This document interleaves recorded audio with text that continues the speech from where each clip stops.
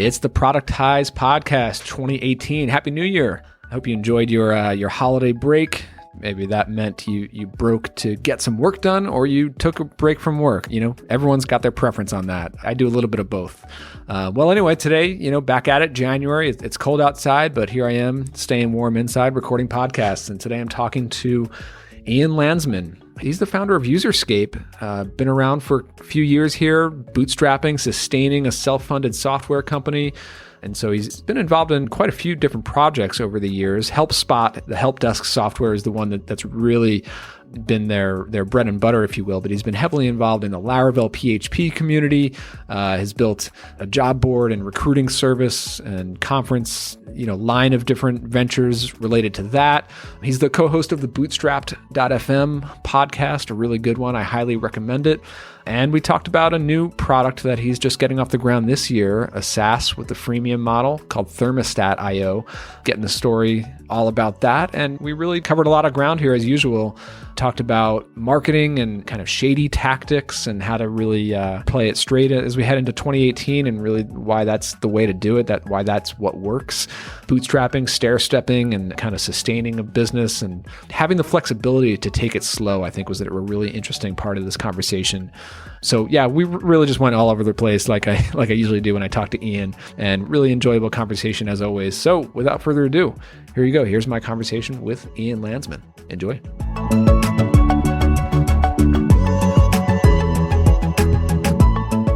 All right, I'm here with Ian Landsman. Ian, how's it going? Hello. Good to see you again. Yeah, great to talk to you. I think every time we get together, we talk, it's, we just kind of go all over the map. Right. And talk about all things, startups, life, and everything in between. So I'm sure this episode will be no different. Right. I'll stick with tradition.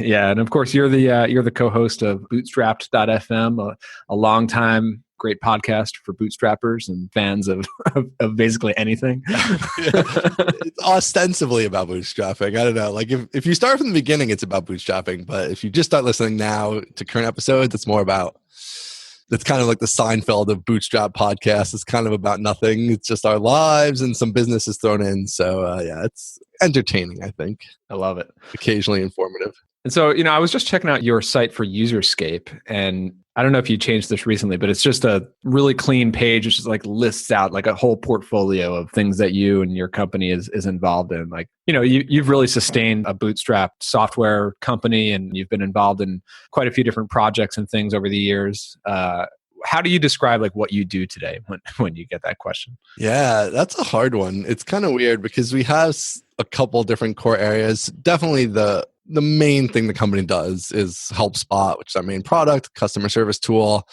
That's the vast majority of the money and the vast majority of our time. So it's still definitely the main thing. But then we've been doing that for so long that we have these other interests we've acquired over the years. And so we just have all these other projects that we do in addition to HelpSpot.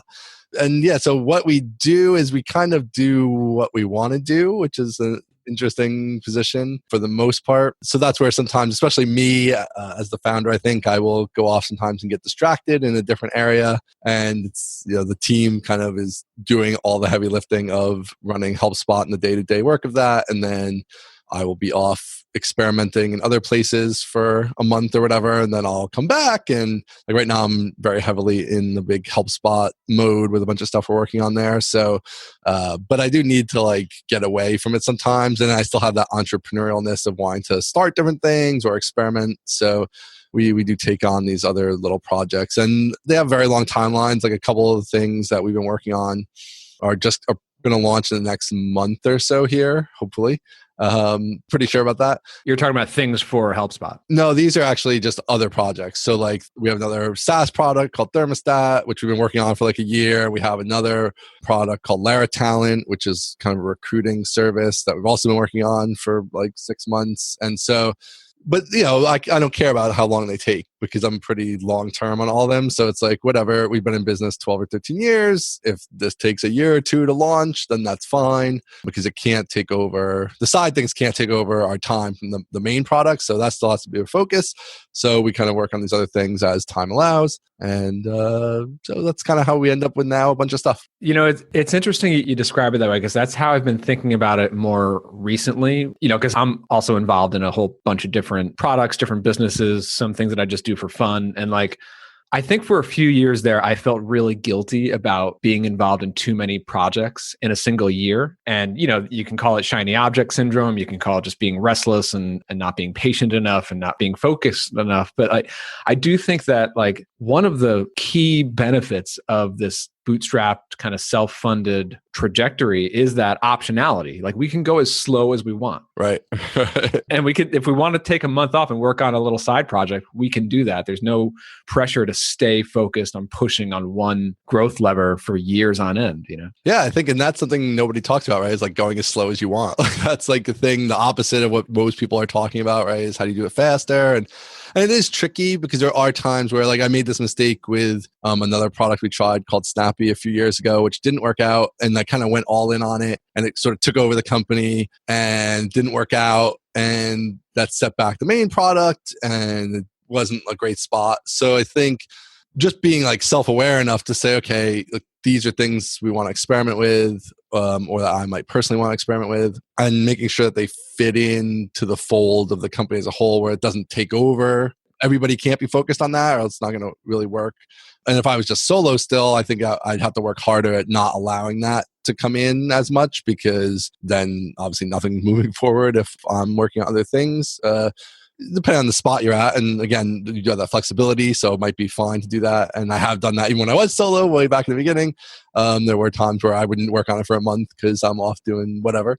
But yeah, I think now at UserScape, I feel right now we have a nice balance of that. And you have to get used to the stress of that too. It could become really stressful sometimes if you think about, wow, we have 6 products, and if I'm trying to make equal progress on all of them, then it's incredibly stressful. But if it's okay, this thing's just going to sit here for 4 months right now because there's just no time, and that's okay. And that's fine. And also picking projects where that will be okay is another thing you have to think more about. If you're going to get involved in something else, is it something with a defined time frame, or you do the tiny conf, what is it, big? Yeah, big snow tiny conf going in 2 weeks. Right. So those kind of things where it's not a huge amount of work, and it's sort of a defined time frame, and you can spend a couple weeks on it leading up to it, and then it'll be over, and then you don't have to think about it at all, till next year. So things like that where they can kind of fit in without taking over completely. Yeah, exactly. I think it's definitely a relief when you've been at this a few years and you've built something up to be that core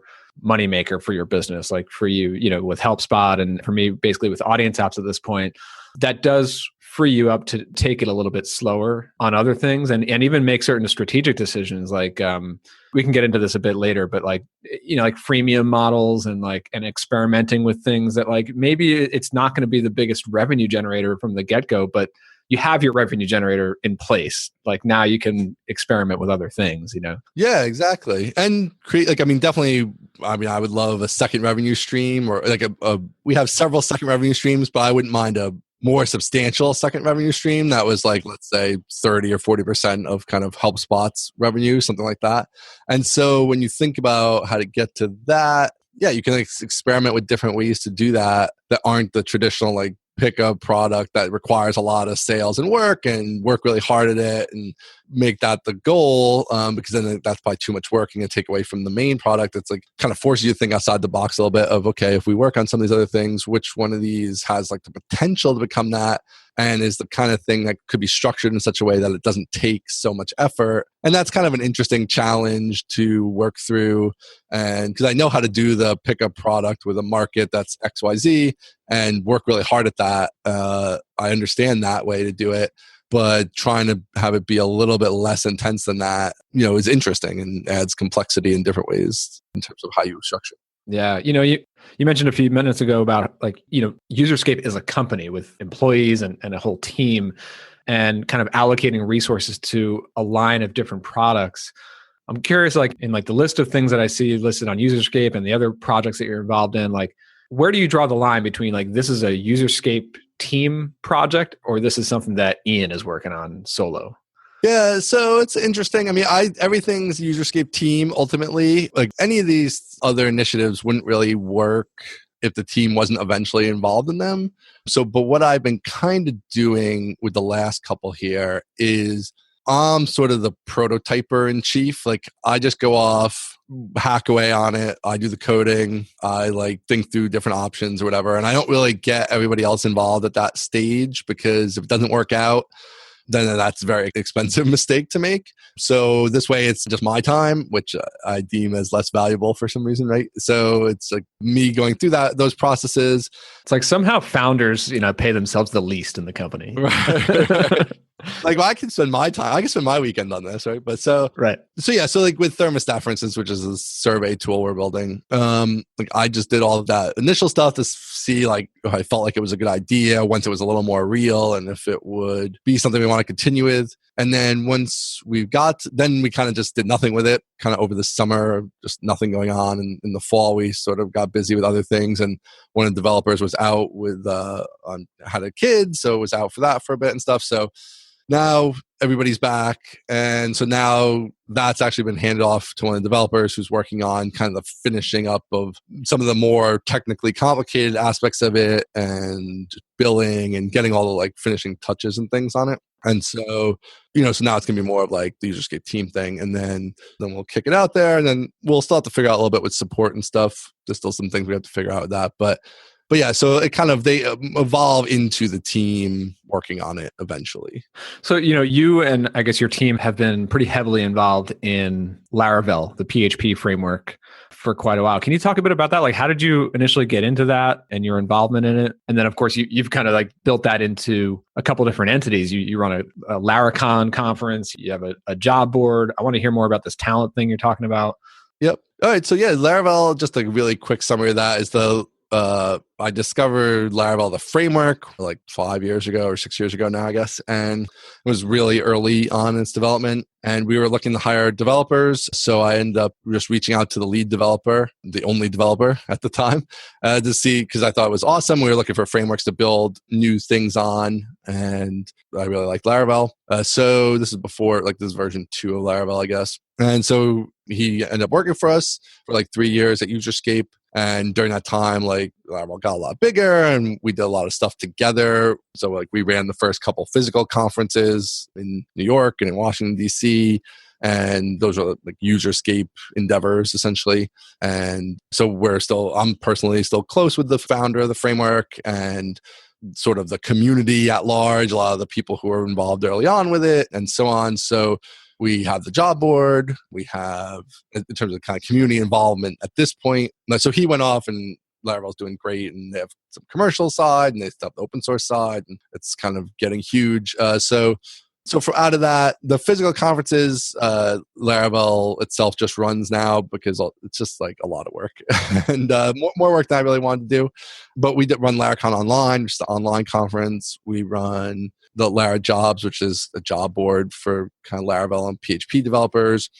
And then we have a new thing we're working on called Lara Talent, which is a Laravel / really just PHP developer in general kind of recruiting service, you might call it.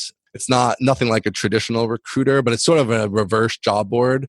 So a job board, right, is companies post jobs, and then developers, a bunch of developers will submit their resumes of various quality and all that, and the company has to like sort through all that stuff, which is part of the reason why companies will use recruiters, because recruiters have access to a community, recruiters in theory anyway, and recruiters will filter out, kind of filter down to better candidates. So you charge the business. It's like a done for you service to recruit. Do you like just present like a few top candidates to a business who's looking for a developer? So that'll be like what Lara Talent is. Yeah. Like Lara Jobs is just a straight up job board like you've seen a million times. Lara Talent, right, will be developers apply and we will sort through them and pick who we think are kind of the best ones at different price points and things too. So it's not just like the best because they have, they know how to make missiles fire and stuff like that. And they're highest end price wise, but across the whole scope of experience.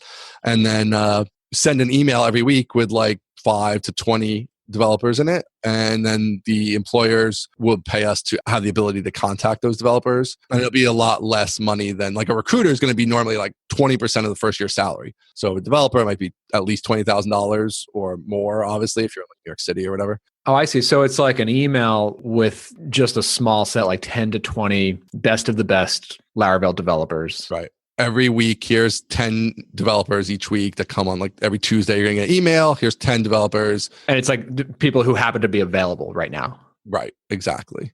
And so, you could stay on the list forever as an employer and you don't have to necessarily contact anyone.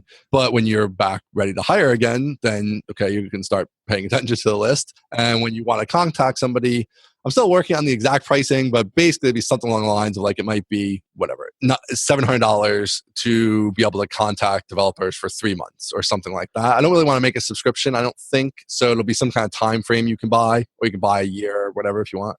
And then you can contact as many developers as you want. The developer gets to see you, see your job link, and like kind of approve the contact before they really have to make a total connection there. So it kind of puts the developers in a nicer driver's seat, and the employers get sort of a pre-vetted list of people. It's not all the way to a recruit. A full recruiter would be like, this is the person for you. Here they are. I'm dropping them in your lap. And it'd be a little bit farther along the process. So this is not quite as far along, but 1/20th the price. So you still have to do a little legwork as the employer, but we're making that connection to this community that we have a connection with. So we're facilitating that. It's so interesting because like just this whole space of products and services around recruiting, around placing people into jobs, or just delivering like I guess done for you services are kind of an offshoot of that. It's like an alternative to having to hire someone. You just hire a service. But it's like this problem people have been trying to crack away at this problem for years and years and years. And there's massive worldwide job boards that still work fairly well, but like there's still opportunity to do this a little bit better. Right? Yeah. To help companies hire talent. It's like there are a lot of companies hiring and there's a lot of talent out there, but for some reason, there's still that friction of matching people to companies. And I think the friction is getting worse, really, because like everybody knows about the job boards. There's a lot of automated tools for these things. So like, you post a job as an employer and you get 300-400 resumes, but there's like, now there's like offshore groups. They're like, some of them are like semi-masquerading as a person. So now you got to filter through that. Then you have just people who didn't read your instructions and mess that whole thing up. And then you have just people who aren't qualified. And then you have, even if you have, let's say like 5% that are like, okay, these are like solid candidates who make it through all that stuff, then you still have to kind of figure out which of those make the most sense and get into more of the subtleties. A lot of times you may not even be the right person for that if it's like an HR, depending on how the corporation is structured and who's doing this phase. Yeah, I mean, a lot of times it's a technical role. So right. The company or the HR person or whoever, they don't know how to vet a developer or how to vet a marketing person. Like they're hiring someone because they need someone to do that. They're not an expert at it, right? So right. And the first pass person's the HR person so that the senior developer who might be doing the hiring doesn't have to filter through 400 resumes. But then you have this HR person filtering through 400 resumes. They don't really know what they're looking for other than that's when you get into like a lot of weird like keyword matching. And, so people are forced to like make their resume suck so that they can get into the proper filters in the HR system. But then that resume stinks for sending it to the technical person because it's just full of garbage that nobody wants to read. So yeah, there's still so much there that's not running optimally, that's for sure. How are you planning to do the vetting piece of that, like as part of the service? Like, how are you going to systematize that? And so that, are you going to have people doing that, like testing developers? And how's that going to work? Yeah, so we're going to see how far we want to go with that. So phase one is just me. I mean, I've hired a lot of developers. I'm going to look through them. I'm going to filter them down. Filtering out the garbage, I think will be just very straightforward. But when it gets to more of the subtleties, I don't know how far we're going to go with that. It's like it's a balance of like, if we get into like testing them or doing extensive phone interviews, right now we're at full recruiter, which means we really have to charge like $10,000 or whatever. So my phase one is not do that. It's going to be more of us having our own metrics and what we're looking for in different resumes and things. And that'll be pretty systematized. So I think it'll always have to be somebody who has pretty extensive hiring experience, but it might not be me eventually if there's enough revenue to justify that.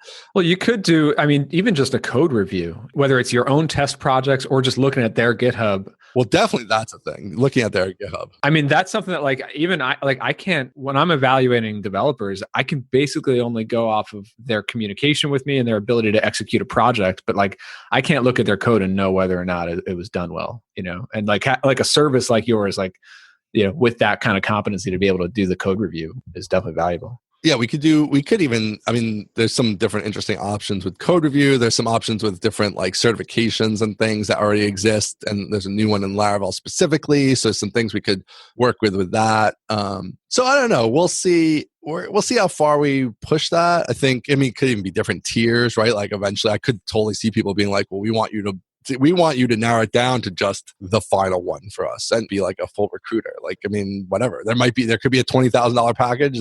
We're just a straight up recruiter, old school style. And here's the 2 people we think you should fly in for the final interview, right? And it's just that. But that's not my phase 1 for sure. So I want to see if it's enough to just filter it down, understand what a good developer looks like, understand. I think you just mentioned the communication part. See, to me, that's a huge part that I think a lot of developers lack, right? And so to me, I find it's more that there's a lot of people capable of doing the coding, especially when we're just talking about like CRUD app, fairly straightforward stuff. It's that how are they going to work with your team? How are they going to communicate with you? So that's an area where I think initially we're going to have a bigger impact of like, and that's the kind of thing I've always been a pretty big stickler for, is how they're going to fit into the team and how they communicate and stuff. And so many like cover letters are just garbage that you get from this highly paid developer, highly educated, and like their resume and their cover letters stink. So couldn't agree more. And there's a lot of opportunity on the other side. Like one of my developers right now is like a 25-year-old kid, not super experienced. There's all sorts of things that I'm building with him that he's just upfront. He's like, I haven't built this sort of thing before, but I could figure it out. I could read up on it. And he's been a rock star. Like he's been shipping code feature after feature, super fast and just eager to learn and code like through the night, and it's like, and it's just been really awesome. And it's just that communication skill, like being able to kind of show up and be, that's not the right skill set for every developer role, but like there's opportunity. The other interesting thing about what you're doing is you're leveraging your community that you've built up. You've built your presence in that community. You know all the different, both sides of the marketplace. Like if you look at launching a job board, a recruiting service, that's very much a 2-sided marketplace. And it might seem like a simple thing to launch a job board, but it's simple enough to launch a ghost town job board, Right. Yeah. No. I can't tell you how many people have been like, "Oh, I'm launching a job board. Like, tell us what you did with Lara Jobs or whatever." And it's like this. It's so you have to have both sides of it before. Like, technology is nothing. It's the same as this Lara talent. Like, I'm just building out the tech for it myself. I don't think any of the rest of the team is even going to be involved in it because it's all very simple. And it's just like that's nothing. Like what it is like the 6 years of building this relationship with all these developers and in this community, and also with the business end of folks, which we've done through Lara Jobs. So we have all these businesses that have posted jobs, which are obviously potentially ideal customers, and then other businesses I know from Bootstrapping world and other businesses even in HelpSpot world and things. So how do you have both sides of that? It is a hard spot to get to, and it's not even like a go write an ebook type of problem. It's a like you got to be out there in the community for years sort of problem. So until you get to that point, it's job board is brutal. Job board's hard. In a few minutes, I want to get into thermostat, but before we get there, just like on this same point about like building community, this is something that I've been really thinking a lot about heading, like right now we're heading into, we are in 2018 now. Yeah. And, Jordan and I were just talking about this on the Bootstrapped Web podcast. You wrote a really interesting article a few months back called Shady Tactics in Our Midst, talking about marketing and all these like quote unquote, like growth hackers and just different tactics that really just rub a lot of people the wrong way. But what I've been thinking more about is just like a lot of those tactics don't work, or they don't work like they used to work. Yeah. Whether you're talking about even just the cost of running ads, not that ads don't have their place in marketing anymore, but it's like the cost per clicks are higher than ever. The amount of cold emails that I get in my inbox every single day is out of control at this point. Like it's really hard to imagine that stuff is working. And I used to do a bit of cold email outreach, and it used to work like 2 or 3 years ago. But now every time I try it, it just falls flat because people ignore it, and plenty of other tactics. I just think that, between your article and the stuff that I've been hearing from the guys at Drift and what Josh Pigford has been writing about lately on the blog, I think that there's this theme heading into 2018 where it's like forget the greasy tactics, forget about, having to attribute every single conversion to a specific click. And just, I think it's actually going in the direction of build community. If you can build a community and not just to build an audience, I think that's one thing, but get your audience to communicate with each other, whether it's private Facebook groups, forums, a podcast, conferences, like embedding yourself and leading a community and it seems like sometimes like a waste of time. Sometimes it's like fuzzy, like how do you monetize or how do you validate spending hours chatting with folks in a Slack community or in a Facebook group. But when they have this trust in you and like they're part of this tribe, I hate these buzzwords, but look at what you've done through the conferences with Laravel, being so involved in that open source community, that project, and people looking to you and your company for that. It's like, now you're able to spin that off into actual products. And I think there's a sort of, it feels so big because people, I don't think they always look at it exactly right. It's like you look at it as like kind of the word you use of like leading a community, right? But I don't even think you have to lead it. Like we don't lead the Laravel community. Like that's definitely Taylor, the inventor of the framework. And, there's other people who are much bigger, sort of more known part of the community than we are. But we still have our chunk of it and we do our part. And so I think that you can find a community to calve off a little part of, right? Where you're the leader in that little part of it. Like for us, it would be kind of the like jobs and hiring in the Laravel community is probably a place where we are more active. And we do the conferences and some of these other things. But so even though we're not like the leader of the community, we are an active participant in it and maybe at a little bit higher level than the average person, but also not all the way to the top. But that still can be enough to give you a reasonable size audience and trust and those things. If you do a good job with it and you're doing an honest job with it and aren't just doing it, that's where like the shady tax come in. Like if we were just doing the conference to like be lead gen for the job board, like that probably wouldn't work out so well because we'd have to make a lot of non-optimal decisions for the conference if that was its only purpose, or or any of those things that we've done in the past, or even like with hiring the developer to begin with. And so there's a lot of things that you could take it down a sleazy path, and I think it's not going to work out so well. But yeah, especially when you're selling to businesses, like if you're running a business, like what's happening, what the marketing funnel is. It's a question of whether or not you have this need and it solves the problem. And do you trust the company behind it, right? Yeah. And looking for opportunities in weird places. Like that's where these other things come in. It's like there's so much in like, okay, build a help desk app, build a CRM, build like all these like mainline apps are so full of startups and established companies and public companies. And that's why you can't advertise, right? Because Zendesk can outspend us. Like we will never be able to outspend Zendesk for any clicks on any platform anywhere ever. And so, and then on the lower level, the more shady tactic level, like we're probably not going to want to or be able to out cold email some startup who's got $4 million that they have to blow through in the next year.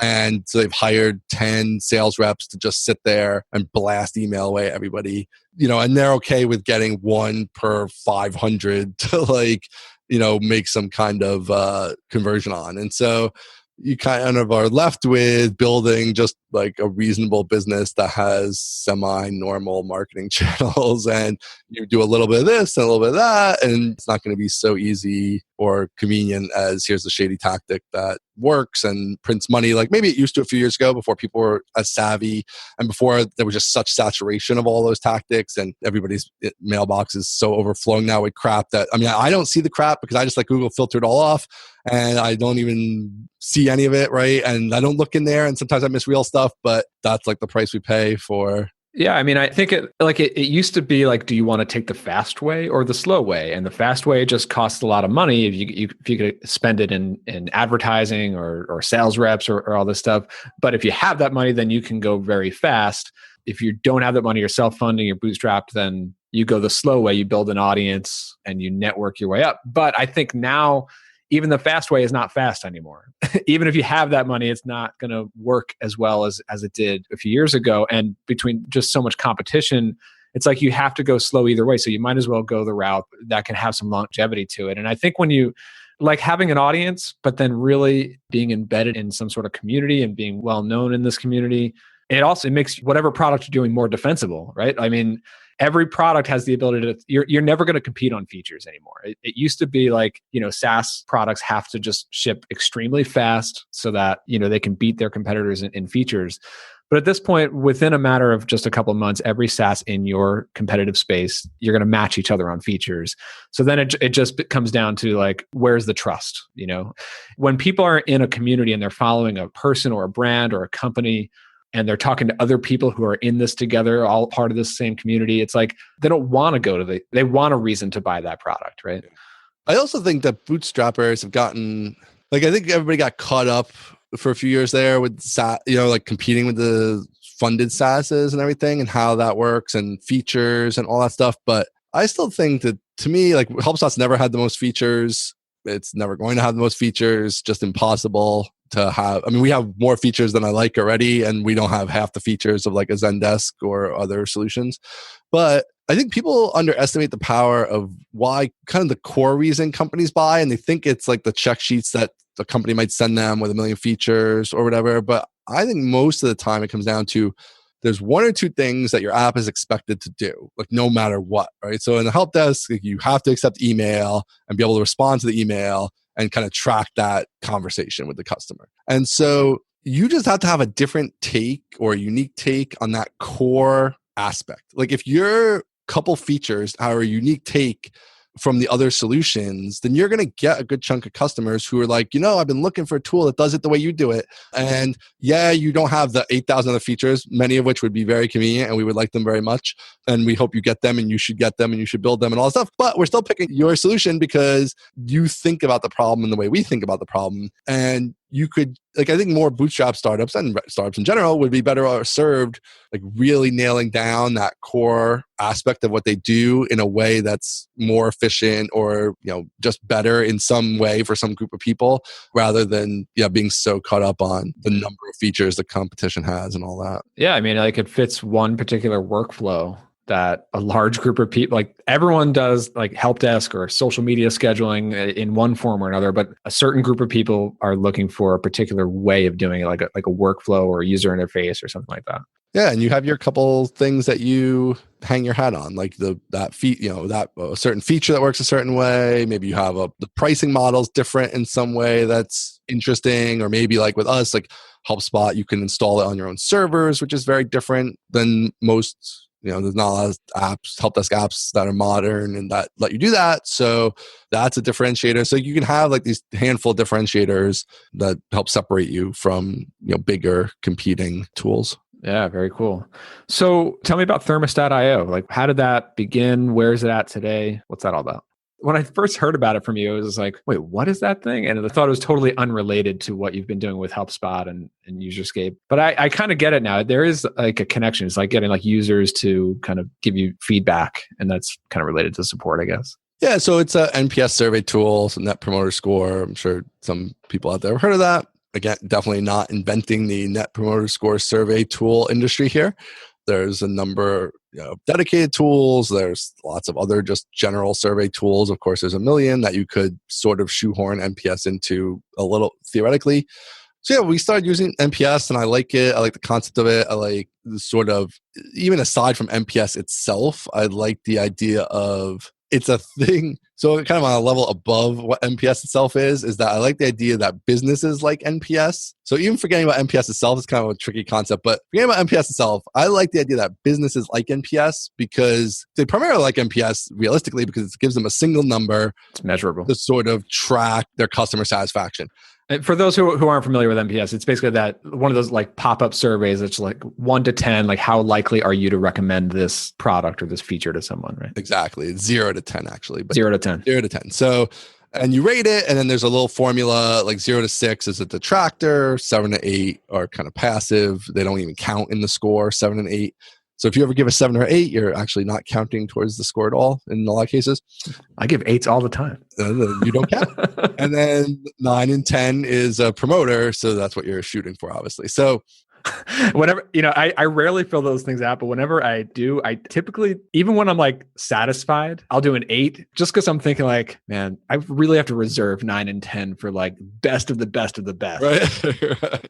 And like nothing ever like reaches that, So it's like, well, that's an interesting thing, but that's where they want to get you to, right? Like that's actually his whole theory. And people try to break apart NPS as on a more like sort of analytical in a way, and they get hung up on a lot of this like, well, why do you drop 7 to 8? It doesn't make any sense. But like they're missing the whole point, which is that the whole point is to get you so fanatical that you're doing 9 and 10. Like that is, if you're not doing that, that's really the measurement. Like everything else about it is who cares? Like, do you have enough 9 and 10s where people who are truly like fanatical about your product? And that's like what you're trying to get people to. And actually the guy who created it has an interesting thing about, at first he did it with where it was only 10.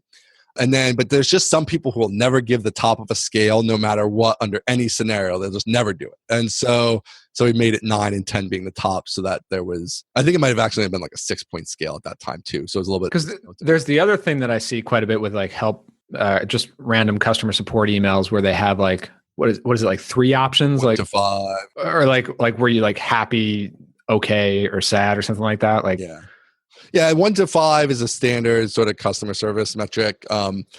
Whether or not it's even like sort of statistically the best is very much up in the air. It's the traditional one, and that's just more of a straight, like, people just didn't take an average and compare against themselves. To me, it's really, so you're really just comparing it yourself. It doesn't even matter so much about anybody else, although bigger companies will compare across the industry and things like that. But you just want your NPS, or even a more traditional support score, to be improving. How did you start using it in the first place? Like, do you just unleash it on all users in your app, or just some segments and some pages? Like, how does that work? Yeah, so you could do whatever you want with it, but the thermostat by default will attempt to spread it out more for you, so that it's more even across like the customer base over time and things like that. But people look at it differently. It depends on how you want to see it. So you could do I'm going to do it twice a year. I'm just going to email everybody or pop up for everybody, right? And then twice a year, we'll just get all this data all at once, and then we'll see what we're doing, or do it quarterly or something.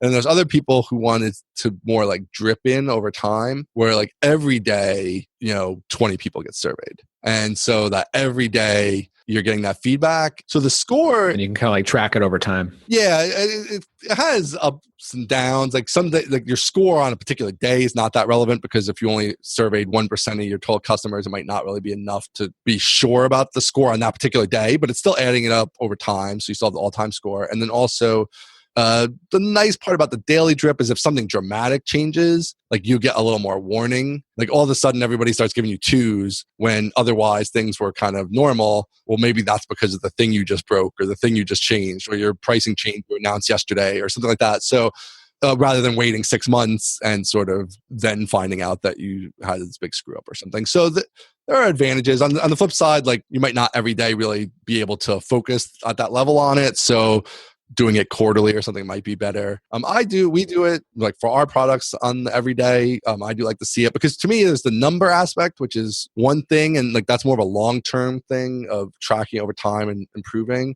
But then there's the feedback that comes in with it that people can type in, and that to me is really useful, just to be constantly reading that. Like every day we're getting just written interactions from our customers that aren't support, but that are specifically about providing feedback. So that's the aspect of it I really like. And that's the part where I think I was interested by to begin with, because it's something that businesses like, that gets them to interact with their customers on a more regular basis in a way that I think is useful. Because it's very easy to just get into like customer support mode, right? Where you're not talking, you do sales, and once they become a customer, you basically never talk to them again unless they have a problem. It's interesting because it's like one goal of any business owner is to talk to customers, even after a long period of time, just to get feedback, get testimonials, hear what's wrong. But like when it's the founder one-on-one, like emailing someone and asking for feedback, I find that customers tend to either be overly supportive, overly biased because they're talking straight to the founder, or they're not willing to reply. Whereas if it's like a software box right. in a piece of software, it's like, no one's going to read this anyway. I might as well just write whatever the hell, like really speak my mind here, maybe, like at least theoretically. And I think one of the things we did with Thermostat was to try to account for all those different mindsets, because there's like a lot of the tools kind of focus only on emailing the surveys, and Thermostat will have that. And will be the paid version of Thermostat, which actually wasn't going to do a paid version, which is a whole nother story. But there will be a paid aspect if you want us to manage like emailing people for you. But all the other parts of it are free. And so there's like, you could just create a link. So like if I wanted to email as the founder and say, hey, please fill out this survey, blah, blah, I could just embed this link into my personal email that I send out, and people can fill it out that way. Or I could embed it in the SaaS app and it'll pop up like you've seen, I'm sure, a million times, and fill it out that way. Or as an API, you could do your own custom thing, or we can email for you. And then it's like an email with the boxes right in it of 0 to 10, and you click the box. So there's like all these different ways you can do the survey, and you can even mix and match them. So yeah, whatever people want, it's flexible in that way, which I think is interesting. It's one of the nice things about having it not be a generic survey tool is that since we know the exact type of survey that's always going to be being used, we can kind of do more with it in some ways and shove it into more places optionally. So where are you at in this product? Like you started like about a year ago on it? Yeah, it was like not quite a year ago. Because actually the first use case for it was quite interesting. We were throwing Laracon online, the first one, which was last year in the spring, and we have the second one coming up in a month from now in February.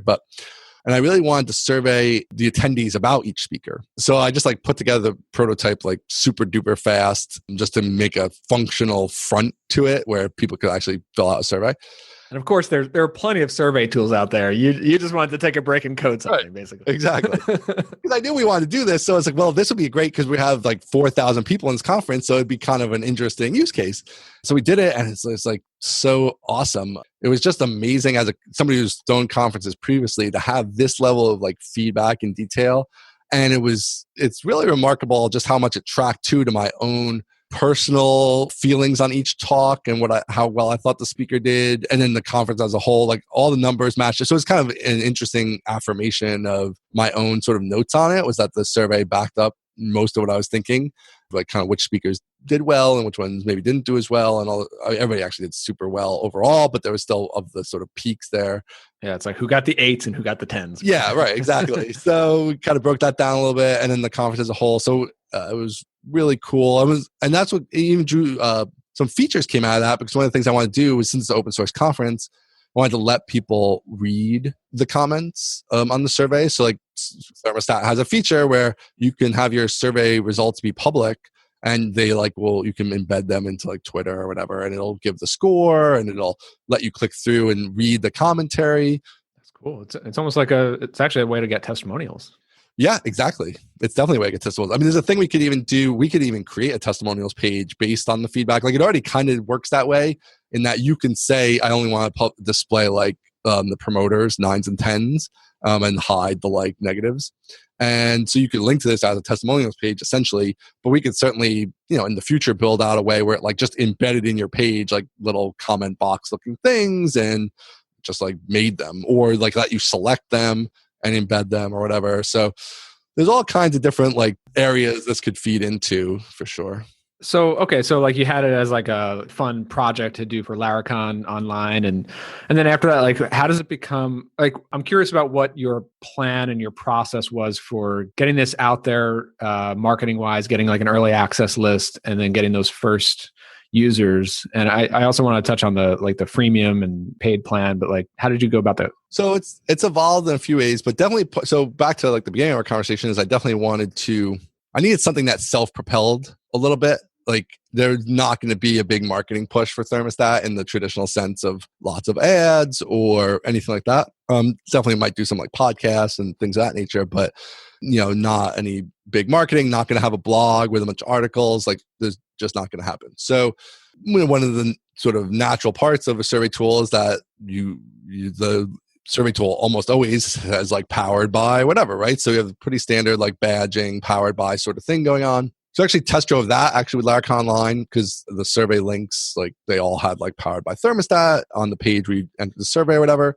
And definitely got, I don't even know now, like, several hundred or 400 signups or whatever it was just kind of from that. And so that even kind of was like a little bit of a like, okay, like people do notice that and do sign up for it. So that was interesting.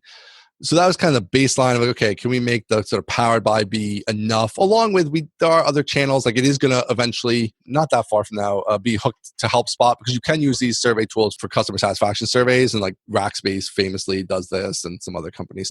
So we will sell this into the HelpSpot base. I don't think it's not going to be like 80% of the HelpSpot base buys this, but if 5 or 10% do, that's still like a nice little baseline of usage there, and getting it out into their customers and so on as the badging progresses. So that's part of the experiment, is can the badging be enough, at least primarily, to create like baseline amounts of traffic and trial signups. Yeah. So how about the idea to go freemium? I mean, I know you've done some like open source stuff, but like, is this basically like your first crack at like launching a freemium product? Essentially, yeah. There's a free version of HelpSpot we launched a couple of years ago, kind of for other reasons, and we never really pushed it that hard or anything. So it's out there or whatever, but it's not really anything. So yeah, this would be the first one with a serious freemium component. And so my initial plan was actually, I've adjusted the initial plan, which was, initially this was kind of more of a engineering as marketing exercise, where it would be totally free with an ad for HelpSpot inside of it. And it would just be kind of lead gen for HelpSpot, because most of the users of this tool are going to be businesses. Most businesses need customer support tool. So that kind of works. But then I was like, it kind of killed me to have like no revenue from this thing if we're going to be maintaining it directly. So, and there's also the factor of a lot of people do want to just dump in a bunch of emails, have it manage the sending of the emails, and just pop out reports, daily summary emails, and do all that stuff, but be more automated. So that's where it kind of broke into, and that's what's delayed it somewhat, is we said, okay, like we'll have a top tier, which we'll accept all the emails and we will manage sending the emails. And then there's a lot of costs with that for us, because we have to send all these emails through Mailgun or whatever. So, and there can be potentially quite a number of emails being sent depending on how many customers you have and everything. So that'll be paid. If you want us to like fully manage it, then that's paid. And But you also have the powered by, right? Like that. Yeah, that could be like a low hanger. Like remove the powered by and then the premium. Yeah, we could do that too. So I didn't even do that yet, because I really don't want to get rid of that badge under any circumstance, because that's like a big part of my theory of I want to see how that works. But yeah, I think there could certainly be a quantity or a number that would where we would remove it. So yeah, so this is now going to be more of a pure freemium play, where there's a base version where if you are okay sending your own email and embedding a link, or you just want to embed it in your SaaS app, it's 100% free. That's it. I think it makes a lot of sense for this type of market too, especially because there are probably plenty of startups who need feedback early on, and they're not going to pay for a higher priced app. But then there are also plenty of businesses with thousands of users who need that feedback score. Yeah, and I think that there should be enough who will upsell to make it worthwhile over time, because it's like, okay, you've been doing this for a year with it, just you're sending out the links when you here and there. But now that we have all the emails of your customers, because if they send them back to us, they don't have to. But if they do, we'll still track that for them, even if they're not on the paid plan, and we can give them the history of this person, all those kind of things. But so now there's like, listen, we could just do this for you. Like we could do it. We'll make sure it happens at the right frequencies and all that stuff. So I think that there will be a logical of a sizable number who are willing to upgrade for that. And we'll certainly, I imagine, have other features eventually that are just too expensive to offer as freemium or too valuable.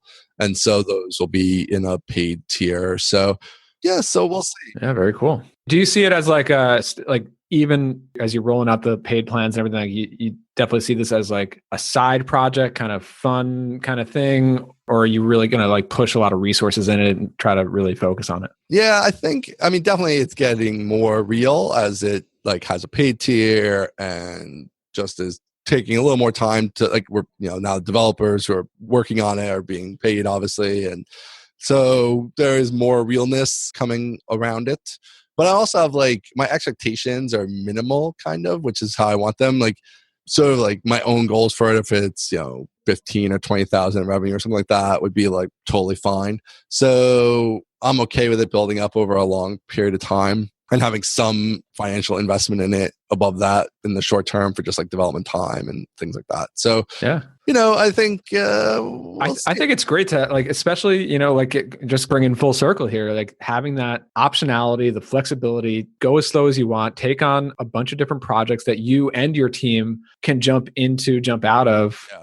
even if you're going to dedicate a whole year of focus to it, like it's, I mean, how many years have you been pushing on HelpSpot now, right? Like, yeah, 13 years. So, I mean, you right. need these things to get to Right. stay sane, and I think we built a lot of it with this in mind. So it's like, it's not going to be that expensive, even the paid tier. You could get pretty expensive if you have a lot of emails we're managing for you. And I think that's reasonable, because if you have 30,000 customers that you want us to survey, like, you're a sizable organization, that whatever, $300 or $400 a month is not going to kill you. Right. So that's fine.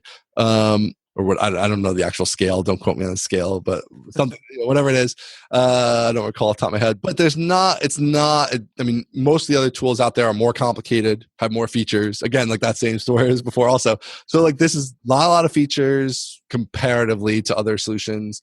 So once it's out, we should be able to kind of dip in and out of it as needed. And it shouldn't be that much work to maintain. The sort of infrastructure is not that sophisticated requirements wise. Yeah, and like you said, it's like one or two features. Like, customer support shouldn't be a huge burden. Right. There shouldn't be a lot of customer support, and we'll definitely put work into that. I think as we get that support, like if there's things we can do in the app, that'll be probably the main stuff I want to work on early on, is just like smoothing those rough edges to avoid having a lot of support. And if there's places in the app we can put text to help people, or whatever we have to do to clean that part up so that we don't have a lot of support from it, other than kind of like feature requests and things. And so I think it'll be manageable to start. And then, when it gets to unmanageable, theoretically, it should be It's a good problem to have.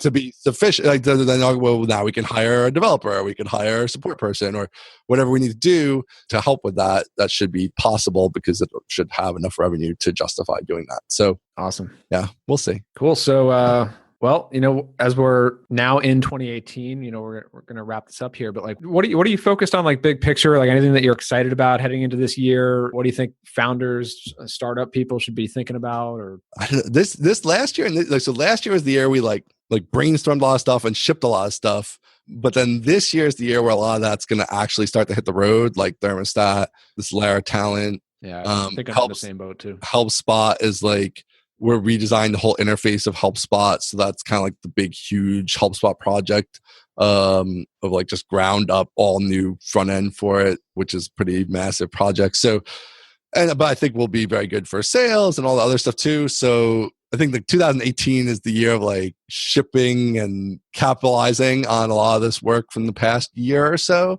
And then 2019, I'm going to rest. That's going to be the year of rest, hopefully. That's my plan. Yeah, it's always next year. It's always next year. Next year is going to be the year of rest. Right. But anyway, so yeah, in terms of like, we've been like so busy with all this stuff that I haven't even given a ton of thought to those more like the bootstrappers in general and what's going on. But I do think we've touched on some of it with just, it's kind of like when I started almost in 2004, where there's not like the easy wins are gone and you're just going to have to build a good solid business. And that's it. Like, there's no more shortcuts. There's no more, oh, here's the little niche nobody's ever thought of. I'm going to be the one who figures out this little, like all that stuff. There's a person in every crevice of the internet already doing exactly what you're thinking about doing, no matter how weird it is. And you're going to have to figure out how you differentiate from every million other people doing what you're doing, and then how to sustainably like build that. And I think that's kind of it. Yeah, I couldn't agree more. And I think that it's not so much that like, oh, all the ideas are taken, nobody can start anything new anymore. But it's like, on the optimistic side, I think this is true, that I think that there are obviously more people on the internet, more people engaged online, more people connecting with each other than there were even just a few years ago, and more customers for all sorts of software, training, coaching, communities, membership, services, and there are just more people who are more accustomed to buying software who wouldn't have even been in the market a few years ago. I'm working on this calendar SaaS app, and like a library just bought it. Right. Like there are more people buying stuff, and you can enter every space now is competitive. There's competitors everywhere. Like you said, it's a question of differentiating and just kind of connecting with people and getting out there, like ship it, like get it out in a real way that actually works, even if it's small. Like you do, a lot of HelpSpot customers use it for maintenance departments. Like I never considered maintenance departments when we started building. We do have a lot of library customers. Like I never thought about libraries when we built the help desk tool. So there's a lot of customers out there that you don't think about who have similar problems to your core market that just by being out there and starting to get a little tiny bit of traction, you'll get some of these weirdo customers that you never considered. And then you could start to build, like one of the features we're adding to the mobile app. And this is kind of a basic feature, which we probably should have had in the mobile app forever, but it's really for the maintenance departments primarily, is the ability to like just take a picture with the phone and upload it into a ticket. And that's because for maintenance departments, they're like in a boiler room somewhere and they're like, here's the picture of the thing or the serial number or whatever. Like physical product support. They want to upload. Right. Yeah. So like they want to be able to do stuff like that. So like you get features from these people that help everybody. And yeah, I don't know, but there's a lot out there still. There is still a lot of opportunity, I think. Another thing to me is I still think consulting is big. I mean, every consultant I know is like, I have no availability. I'm super busy. I'm making all the money. And yes, they are limited in the amount of money they can make by their time and or hiring people to have a bigger team. But still, they're all like, we're super busy and we're making tons of money. People still want work done for them. Yeah, that's not going away. Where people might not buy software forever, but they will want somebody to do their work for them forever. Like that's a very reliable thing. And then also the info products. Like you said, I think you have a lot of people coming on the internet now who want to get better at all kinds of stuff and who maybe have a little bit of money and are willing to pay $100 or $200 for. Everybody is looking to up their game somehow. And now that there's just so many use cases for training. I mean, I was literally just looking at a training course for like Laravel test-driven development so that I can give it to my team, you know, right. And like just things like that. And, you know, teaching folks like you who are in your shoes 2 or 3 years ago. And yeah, it's awesome. There's a lot of ways we can go. It's still, I think everything is still growing in 2018. So it'll be interesting.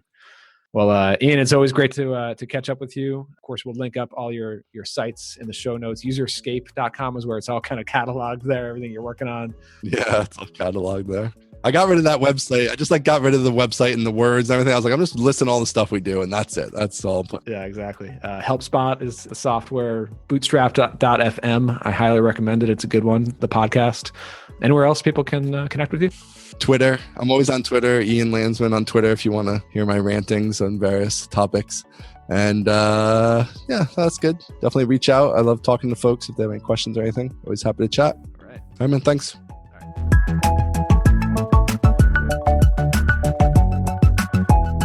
All right. Was that good? Let me know what you thought of this one. Hit reply on any of the emails that I sent you recently. You're not getting my emails? Okay, then head over to my site, castjam.com. You can join my newsletter there. You'll get my best stuff about entrepreneurship, productizing, and more. Also, a 5-star review in iTunes is always appreciated. That'll help others like us come find these episodes. All right, until next time, we get back to working on the business. Later.